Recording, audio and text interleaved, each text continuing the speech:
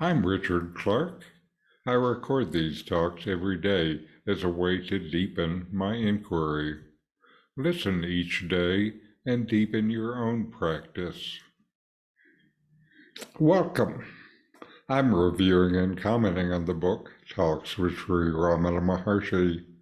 Today is from Talk 295, Part 2. Questioner. What I want is realization. I do not feel my inherent happy nature. Maharshi, because the self is now identified with the non-self. The non-self, too, is not apart from the self. However, there is a wrong notion that the body is apart and the self is confounded with the body. This wrong identity must be ended for happiness to manifest.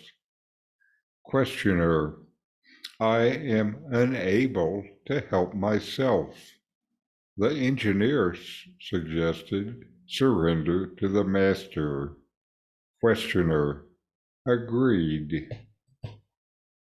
Maharshi, your nature is happiness. You say that this is not apparent. See what obstructs you from your true being. It is pointed out to you that the obstruction is the wrong identity. Eliminate the error. The patient must himself take the medicine prescribed by the doctor in order that he may be cured of his illness. Questioner, the patient is too weak to help himself and places himself unconditionally in the hands of the doctor. Maharshi, the doctor must be given a free hand, and the patient must only remain quiet without saying anything. Similarly, keep quiet. That is effortlessness. Questioner, that is the most effective medicine, too. In this dialogue, the questioner expresses a deep longing for realization and confesses a lack of connection with their inherent happy nature. Ramana Maharshi responds, explaining that the root cause of this disconnect lies in the identification of the self with the non-self, particularly with the body. He clarifies that while the non-self is not separate from the self, the erroneous belief that the body is distinct from the self creates a barrier to experiencing true happiness. Ramana identifies this as a wrong notion. At other times, Ramana has said that the body is the main misidentification, and that resolving this wrong idea is the main thing that needs to be accomplished in spiritual practice. Ramana, in this talk, expresses that dispelling this wrong notion is needed to allow your inherent happiness to manifest. The questioner acknowledges their inability to help themselves, prompting someone to suggest surrendering to the master, to which the questioner agrees. Ramana Maharshi then reaffirms the questioner's essential nature as happiness and directs them to examine what obstructs them from realizing this truth, emphasizing that the obstacle lies in the mistaken identification with the body.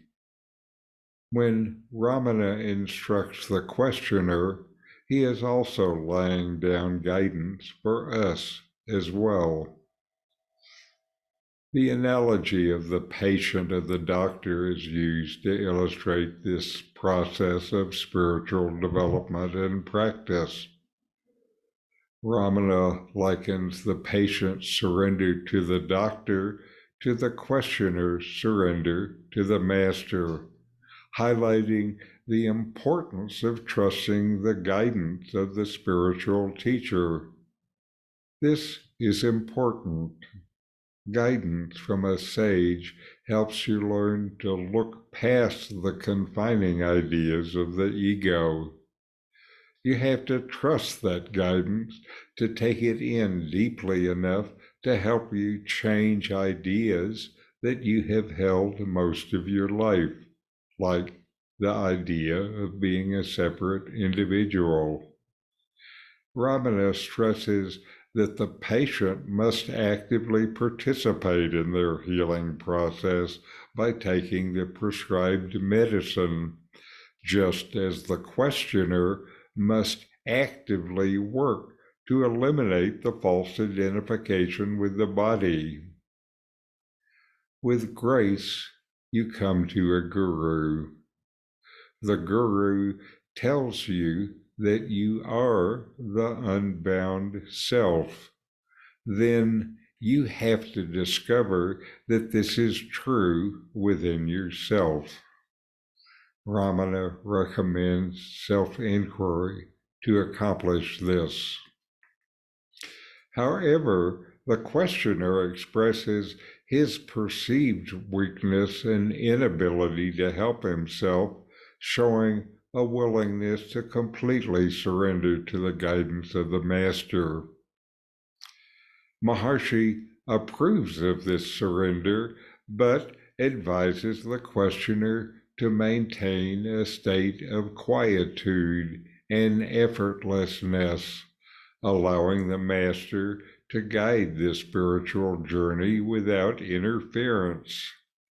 He calls this quiet surrender the most effective medicine, emphasizing the transformative power of trust and stillness in the spiritual path. This dialogue shows the essence of Ramana Maharshi's teachings on self-inquiry and surrender as pathways to realization. It underscores the importance of discerning the true nature of the self, of yourself, overcoming the erroneous identification with the body, and cultivating trust and surrender to the guidance of the spiritual teacher. So inquire, know yourself, and be always free and at peace. These videos bring Ramana's teachings into your direct experience. Click subscribe to see more. Click thumbs up to like, and send questions and start a dialogue with a comment.